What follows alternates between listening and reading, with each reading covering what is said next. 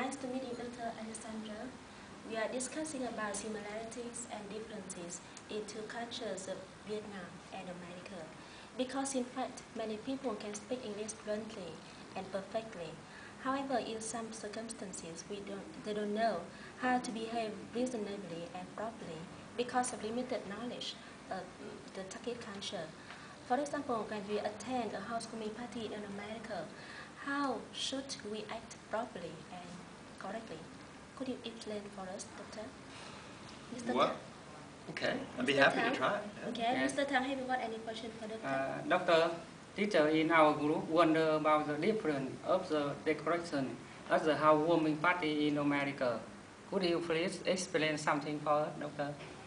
Well, housewarming parties, there's no one set way that all housewarming parties are. It depends on the personalities of the people who live there. Usually, because somebody obviously just moved into their new house, they don't really have many decorations. Maybe they haven't even unpacked all of their things. Their things are still in boxes. So sometimes a housewarming party is to help your friends unpack and get settled.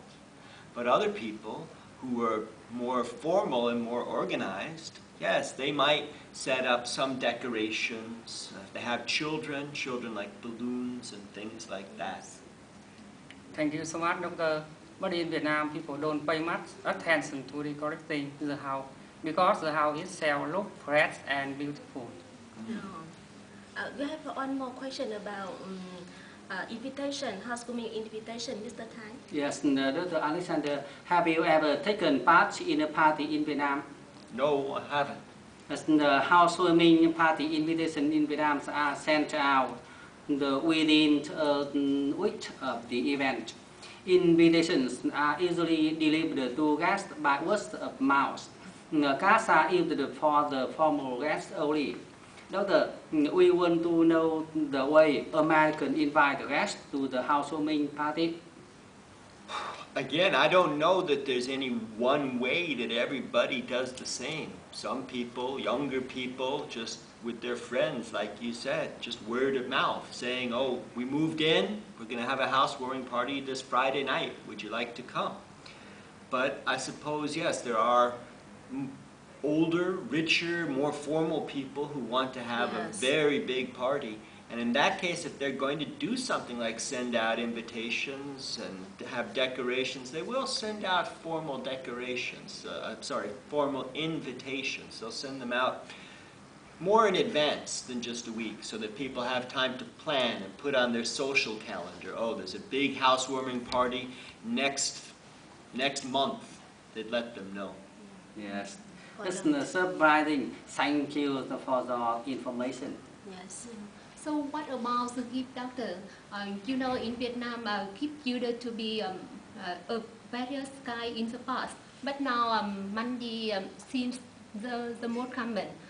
We also don't know what gift can be given to the house as a housewarming party in your country. Could you tell us something about that?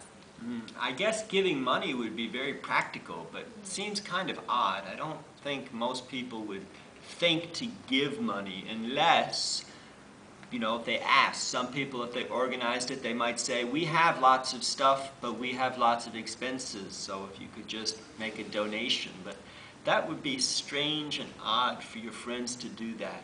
I think usually for a housewarming party, again, some formal people who would be well organized and they say, we're moving into this new house and we don't have a toaster, we don't have a microwave oven. So I think it might be traditional to give some useful household items. Yeah. Or I think also generally for more friendly get-togethers, younger people, you would say, oh, okay, we just moved in, so we didn't have time to go grocery shopping yet, and this party, you bring food, you bring a bottle of wine, you bring a dish for us to eat. So the guests would bring something to eat and drink. I think that money is very flexible gift for Vietnam. to buy whatever they want. I agree. Now that I've lived in Asia for a long time, it sounds reasonable and normal. But in the American context, to go to your friend's house and say, here's money, that would be very strange. I see. What about you? We are talking about meal. Meal is plays an important role in the big event in Vietnam, such as wedding and meeting.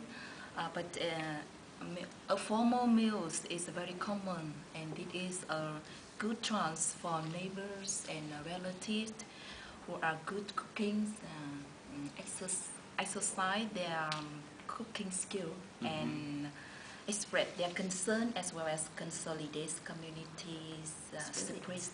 And could you tell me something about the difference In America? The meal? Yes. Yeah. Well, like I said, again, I can envision, I know some people, and it's sort of maybe a stereotype, but really kind of more wealthy people who were moving into a big house and want to have everything formal, they would have a big meal prepared, probably, to show off what their cook can do, and so they would provide that and have it be a big formal dinner party. But as I just said, I think more normal people, younger people, if they're going to just have a housewarming party, be with their friends, there would kind of be the expectation. Maybe we're still doing some unpacking. We can't cook. So as I just said, it would be the friends who would come help out. The friends would bring the food. Thank you very much. One more question about the after the party. In Vietnam, could you tell me something about the activities after the housewarming party? In Vietnam, normally the host and the guests often take photographs together to keep the event a good memory. And could you tell me something about It's different or the same? the difference? I don't know. I don't know. What do the Americans do after the... Well, Americans have cameras also, but yeah, Asian people are kind of really excited about taking pictures compared to Americans.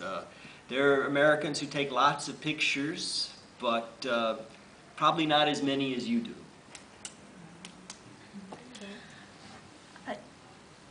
Okay. Do you know the reason why we ask you about the similarities and differences in two cultures of America and Vietnam?